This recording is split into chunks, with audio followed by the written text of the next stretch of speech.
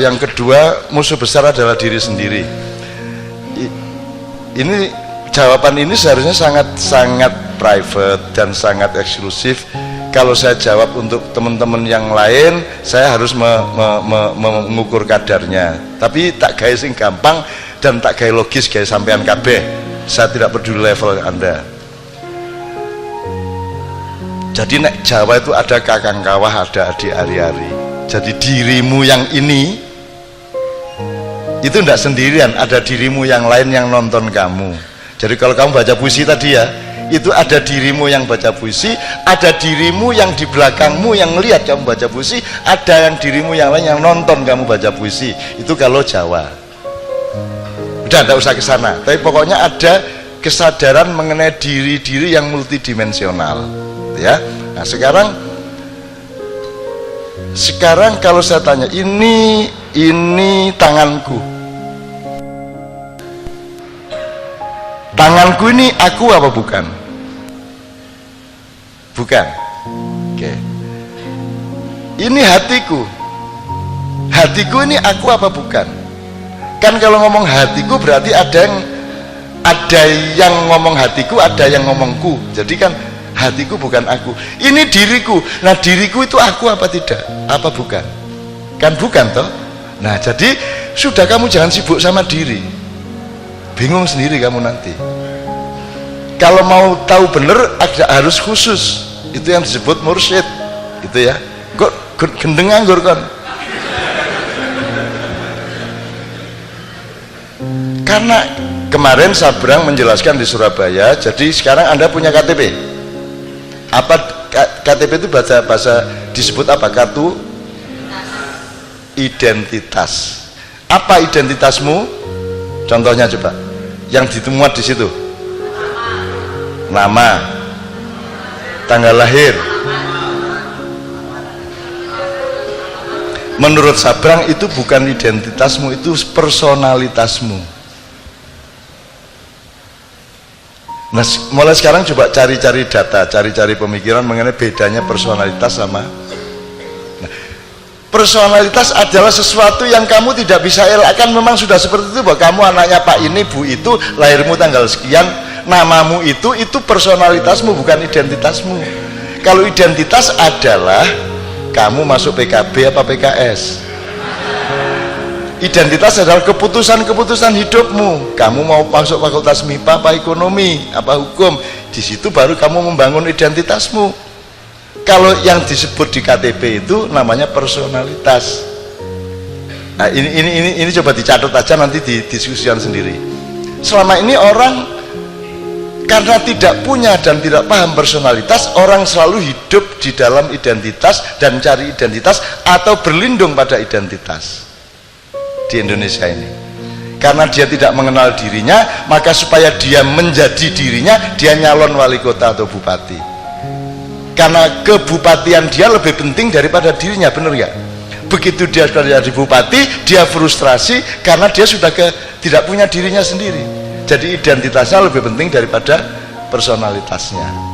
Tolong ya, ini rentang antara kedua. Nah, pertanyaanmu yang kedua tadi, sebenarnya personalitas itu juga tidak ada. Apa yakin kamu itu dirimu? Dari mana kamu asalnya? Kalau maka musuhmu adalah kesadaranmu mengenai dirimu itu. Kalau Allah mengatakan barang siapa mengenal dirinya maka dia mengenal Tuhan, itu maksudnya iki rodok jebakan iki. Kalau kamu sudah menyadari bahwa dirimu itu tidak ada, baru kamu mengenal aku. Ngono jane kalimatnya. Mengenal diri adalah menyadari bahwa iki janjane gak ono aku iki. Gak penting aku iki. Yang menjadikan saya ada di hidup sementara di dunia ini adalah saya berbuat apa, bukan siapa nama saya. Betul enggak? Saya berbuat apa, parameternya bermanfaat apa tidak, kan begitu. Jadi ya, jadi jangan pusing sama diri, sibuk saja melakukan apa yang baik-baik gitu. Semalam dia sudah tanya itu, semalam sudah tanya soal itu di Kendal Kendal Payak itu. Sudah tanya dia. Oke, jadi jangan terlalu sibuk sama dirimu ya. Nek aku shortcut aja, aku gak ono kata lapo kon. Saya gitu, makanya saya tidak penting. Saya tidak menempuh cara untuk punya identitas. Aku kan boleh Malang TV, Doho TV memuat saya, tapi kan tidak boleh kalau RCTI apa SCTV apa Indosiar, tidak boleh, kan terbalik. Jadi pengurus progres di Jogja itu semua tayangan kita yang di acara-acara di desa-desa itu kalau diminta oleh TV pusat tidak boleh, kalau diminta oleh TV daerah kan boleh. Kenapa? Loh kan terbalik, mestinya sekali di TV pusat kan beres Indonesia. Loh kita tidak cari kok, tidak cari popularitas kok, malah sembunyi saya ini. Aku wis singidan jek terkenal kaya ngene, oh boy. Bingung. Wah aku singidan gak karu-karuan. Aku iki singidan pol. Sudah tidak di koran, tidak di TV, sudah tidak di mana-mana, sudah lama saya. Sekarang aku singidan, tapi angel singidan itu, angel. Dan cita-citaku itu saya tidak ada, semakin saya tidak ada, semakin saya diridhoi Allah. Karena nanti kita kan akhirnya ilaihi rojiun. Kalau ilaihi rojiun itu artinya engkau menyatu dengan Allah. Maka menyatu itu bahasa Islamnya adalah tauhid. Tauhid adalah penyatuan. Gini dek, kamu menyembah Tuhan. Utawa wong teater ya. Anda pernah mementaskan apa? Sakera, Hamlet, jaluk siji ya, siji. Tahu mementaskan apa? Apa? Pak? Marsina. Sing dadi sapa? Sing dadi Marsina sapa? Jenenge?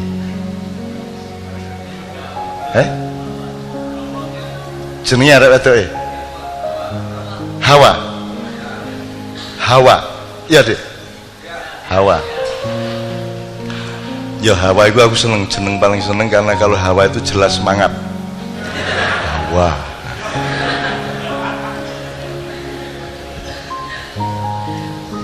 Rohman, Rohim mingkem, Hawa, Zaim mingkem. Ngono-ngono iku tak perhatekno lho rek, kon gak tahu ya. Ngono tak perhatekno. Oke, Dek. Hawa berperan sebagai Marsinah, satu level itu. Ya, Hawa dalam drama Marsinah, Hawa berperan sebagai Marsinah. Jadi jek ono Hawa, jek ono Marsinah. Jadi orang yang nonton itu kadang oh iki Hawa, oh iki Marsinah gini ya, jek loro ya. Terus ada level lainnya, Hawa menjadi Marsinah dalam drama itu. Jadi Hawa niku wis rada ilang, sing luwih ketok Marsinah mergo wis menjadi Marsinah. Tapi jek tetep loro lho rek. Jek ono Marsinah, jek ono Hawa. Nah, tauhid adalah yang ketiga. Marsinah. Hawane wis gak ono. Paham tak gak? Kamu pikir kamu itu beneran, kamu itu cuman peran di dunia ini, panggung sandiwara. Toh? Piye? Kalimat kan masing-masing. Terus ada peran toh. Hidupmu itu cuma peran, kamu jangan pikir kamu itu beneran diri, kamu itu cuma peran sebentar. Berapa lama?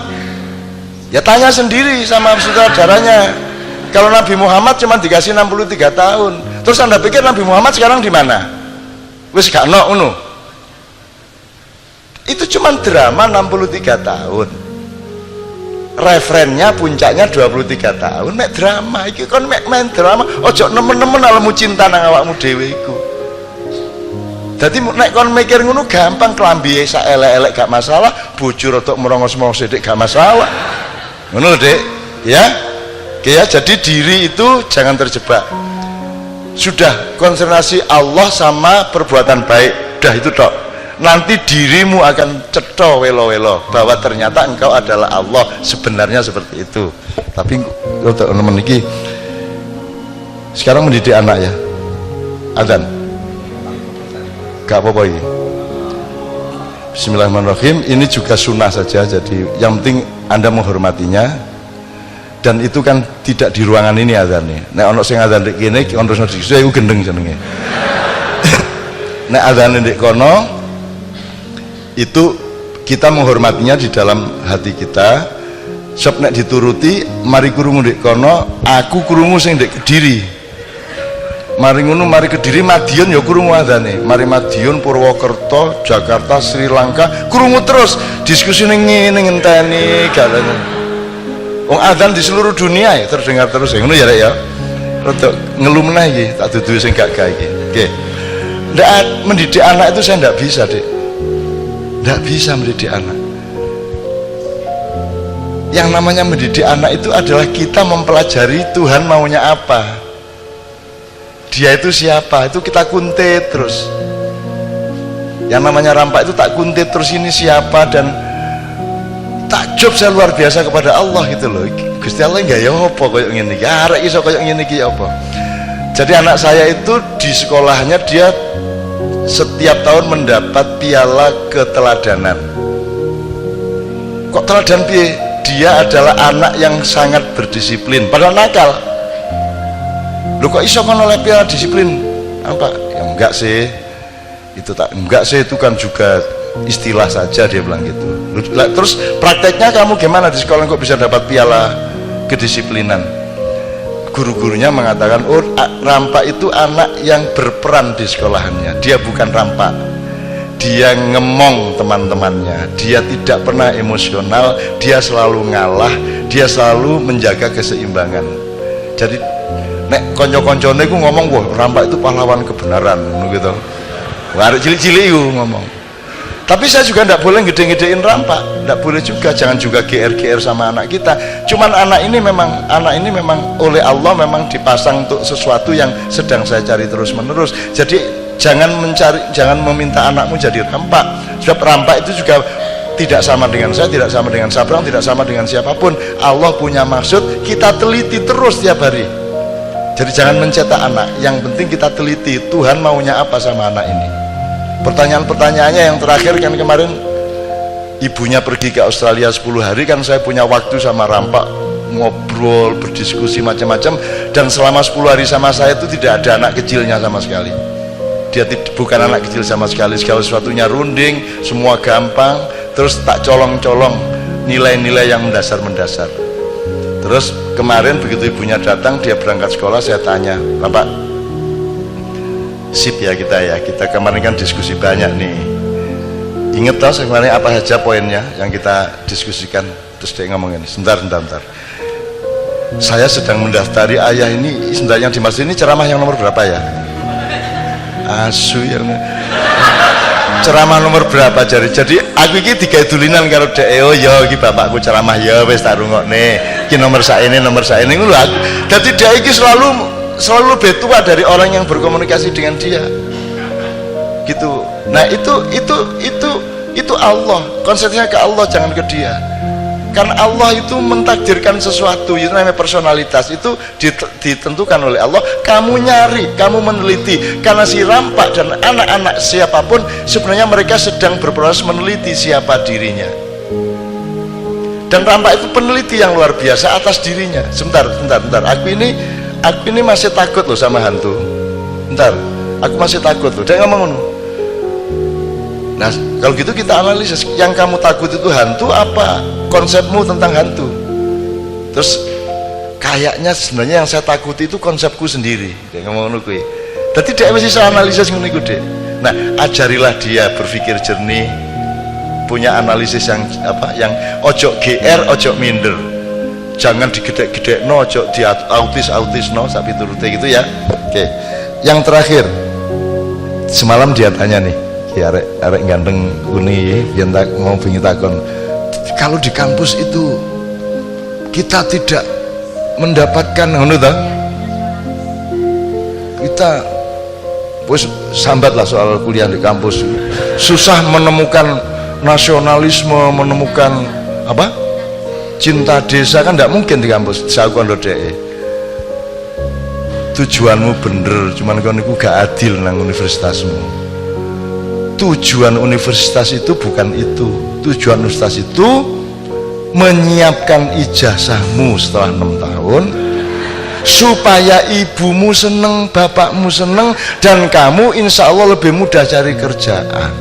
Itulah tugas kampus. Perkara cinta desa, komitmen nasionalisme, tauhid, itu tempatnya bukan di kampus, tempatnya kamu cari sendiri. Kamu jangan bebani universitasmu dengan macam-macam idealisme ngono. Sakno kene iki sing penting kok oleh ijazah, mulane kudu lulus cepet. Lulus tujuannya nyeneng nombokmu karo bapakmu, itu tujuannya orang kuliah. Kon ngeyel, wah ndak idealis ini, wah loh, salah kon, salah sasaran. Kita tuh kesini itu untuk aplikatif terhadap kerjaan. Itu namanya behavioristic education. Itu ada satu tahap. Jadi sekolah itu setupnya sejak awal itu untuk diaplikasikan ke industri sebenarnya. Wes kan ngono gak masalah. Yang penting jogo-jogo. Meskipun besok-besok belum tentu kamu kerja berdasarkan fakultasmu. Orang Indonesia kan banyak yang tidak sesuai toh.